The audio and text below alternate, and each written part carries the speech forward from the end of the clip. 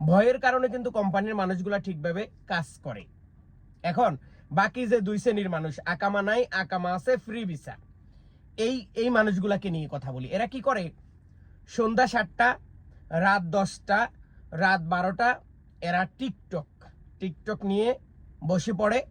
এই টিকটকের ভিতরে আমাদের দেশের কিছু মেয়েরা আছে যাদের কাজ হচ্ছে চামড়া ব্যবসা। এরা সকাল সন্ধ্যা টিকটকে লাইভ করবে আর দুনিয়ার যত অরাজগত কথা তারা সেখানে বলবে। আর কিছু মেয়ে আছে যারা আসছে বাংলাদেশ থেকে সৌদি আরবের ঘরের বিষয়, সৌদি আরবের বাসা বাড়িতে, যেটাকে আমরা বলি কাজের মেয়ে বা খাদ্দামা আরবিতে কাজের মেয়ের বিষয়। আসার পরে তিনি 1 মাস অথবা 2 মাস অথবা 3 মাস ওই বাসা বাড়িতে কাজ করছে। করার পরে তিনি যখন দেখলো যে বাঙালি একটা মেয়ে গ্লাসের সামনে এইভাবে আইফোন রাখি ভিডিও বানাইতেছে, এমনি এমনি করতেছে, এইটা তার ভিতরে ঢুকে গেছে। এইটা তার ভিতরে ঢুকে যাওয়ার পরে তিনি আস্তে আস্তে ফেসবুক, টিকটক, ইউটিউব আরো অন্যান্য বিষয়ের মধ্যে একটু একটু করে তিনি লিখতে শিখেছেন। আমাদের যেই রাক্ষসী পুরুষ আছে, আমাদের যেই রাক্ষসী বাংলাদেশি পুরুষ আছে, তাদের নজরে কিন্তু চলে আসছে। আসার পরে তিনি আস্তে আস্তে, আপনি তো দেখতে অনেক সুন্দর, আপনি অনেক কিউট, আপনার বিয়ে হয়েছে, আপনার কি স্বামী আছে, আপনি কোথায় থাকেন, আপনি কি কাজ করেন, আপনি আমার সাথে কথা বলবেন, ইনবক্সে আসেন। ইনবক্সে গেল, সর্বপ্রথম যে প্রশ্নটা থাকে, আপনি কি করেন, কোন জায়গায় আছেন, কয় আমি থাকি রিয়াদে, আমি থাকি জেদ্দা, আমি থাকি মক্কায়, আমি কাজ করি বাসা বাড়িতে। তো কয় টাকা বেতন দেয়? কয় আমাকে বেতন দেয় 1000 টাকা। কয় ঘন্টা কাজ করেন? কয় আমি কাজ করি সকাল থেকে সন্ধ্যা। তো এখন সকাল থেকে সন্ধ্যা কাজ করে আপনাকে কত বেতন দেয়? 1000 টাকা বেতন দেয়। আচ্ছা, তো 1000 টাকা বেতন দিলে আপনি এত ঘন্টা কাজ কেন করেন? আপনি এত ঘন্টা কাজ করে আপনার লাভটা কি? আমি আপনাকে একটা পরামর্শ দিতে পারি, আমি আপনাকে একটা সাজেশন করতে পারি। আমার কাছে ভালো কাজ আছে, আমার কাছে হসপিটালের কাজ আছে, আমার কাছে একটা মার্কেটের কাজ আছে। বেতন দিবে 1500 রিয়াল, থাকার জায়গা দিবে, খানা ফ্রি, মাসে 2 দিন ছুটি আছে, সপ্তাহে 1 দিন ছুটি আছে, কাজ হয়েছে মাত্র 8 ঘন্টা। তো মেয়েটা প্রশ্ন করলো, আমি তো এই বাসা থেকে বাইর হইতে পারি না, আর আমি এই বাসা থেকে কিভাবে বাইর হবো? আমি তো বাসার কাজের মেয়ের বাসায়, মানে কাজের মেয়ের বিষা দিয়ে আসছি, এই বিষা দিয়ে বাইরে যাইতো কোনো কিছু করা যাইতো না, আমি কিভাবে যাবো? আরে এইটা আপনার টেনশন করেন, আমি আছি না, আমি আপনারে হেল্প করবো না? আমি কত মেয়েরে হেল্প করছি আপনি জানেন? আমি কত মেয়েরে হেল্প করছি, কত মেয়ের হেল্প করি। কালকেও 2 জনের হেল্প করছি, ভালো একটা চাকরি দিছি। তো আপনি যে আমারে হেল্প করবেন, বিনিময়ে আপনি কি নিবেন? আমার কিচ্ছু লাগতো না। আপনি কষ্টে আছেন, বাসা বাড়িতে কাজ বেশি, আমি আপনারে এজন্য হেল্প করতেছি। আপনি একটা ভালো চাকরি করেন, ভালো জায়গায় থাকেন, 2 টাকা কামাই করেন। তো আচ্ছা ঠিক আছে, 1 দিন, 2 দিন, 3 দিন, 4 দিন, 5 দিন কথা বলার পরে কি করলো? আপনার দেখা গেছে তার লগে আপনার কি কথাবার্তা হয়েছে। হওয়ার পরে এখন মেয়েটা কিভাবে বাসা থেকে বাইর হইব এই সাজেশনগুলো দিতেছে, কিভাবে বাসা থেকে বাইর হই, আসি, তার কাছে আসবে।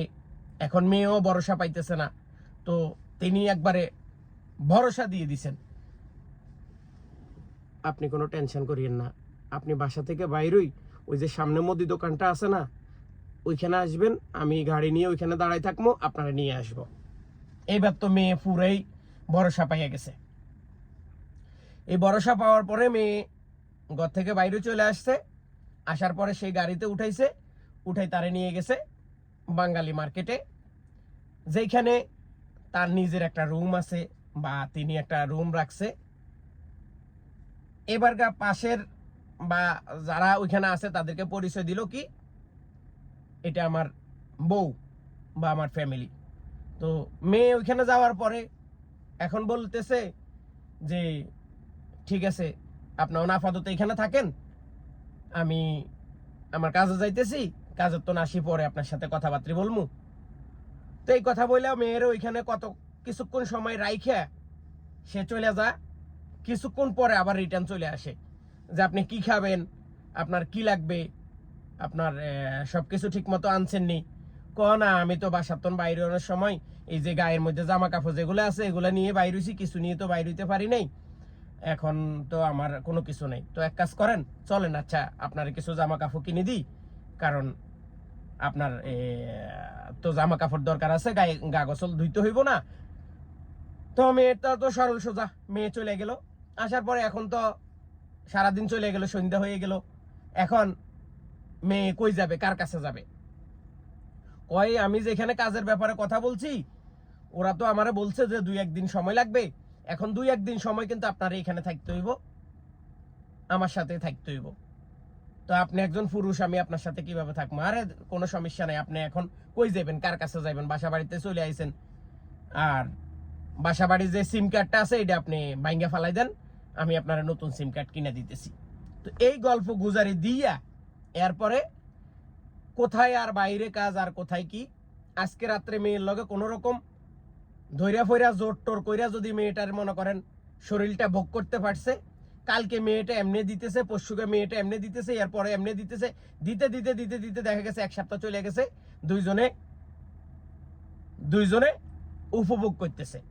এখন মেয়ে কইলো যে তাইলে এইভাবে আমি এখন কি করবো, আমার যে কাজ কামের ব্যবস্থা করে দেন নাই, বা আমি কাজ কাম, কয় আপনার কোনো কাজ কাম করা লাগবে না, আপনি এখানে থাকবেন, আমি আপনার সাথে থাকবো, প্রতি মাসে আপনাকে আপনি যেই টাকা বেতন পাইতেন ওই টাকা আমি আপনার প্রতি মাসে দিয়ে দিব, থাকা খাওয়া আমার সাথে। কি জন্য কাজ করবেন? কোনো কাজ করার দরকার নাই। তো এই গল্প বলি একটা মেয়েরে বাসা থেকে বাইর করে নিয়ে আসে আমাদের প্রবাসী বাংলাদেশিরা, আর এরপরে তার উপরে শকুনের মতো হামলা দেয়, পুলিশের ভয়। আবার কিছু কিছু মানুষ আছে দোকান খুলে লইছে। কিসের দোকান? ব্যবসায়ী দোকান। একবার 100 টাকা, সারা রাত 1000 টাকা, এইভাবে ব্যবসা খুলছে। এখন মেয়েটা চিন্তা করলো যে সারা দিন রাতে এত কষ্ট করে মেহনত করার চাইতে খাটের উপরে শুয়ে যদি ইনকাম করা যায়, তো সারা দিন রাত পরের বাসার থাল বাসন ধুইয়া কোনো লাভ আছে? এইটাই ভালো। তো এক সময় এই মেয়েটা অভ্যস্ত হয়ে যায়।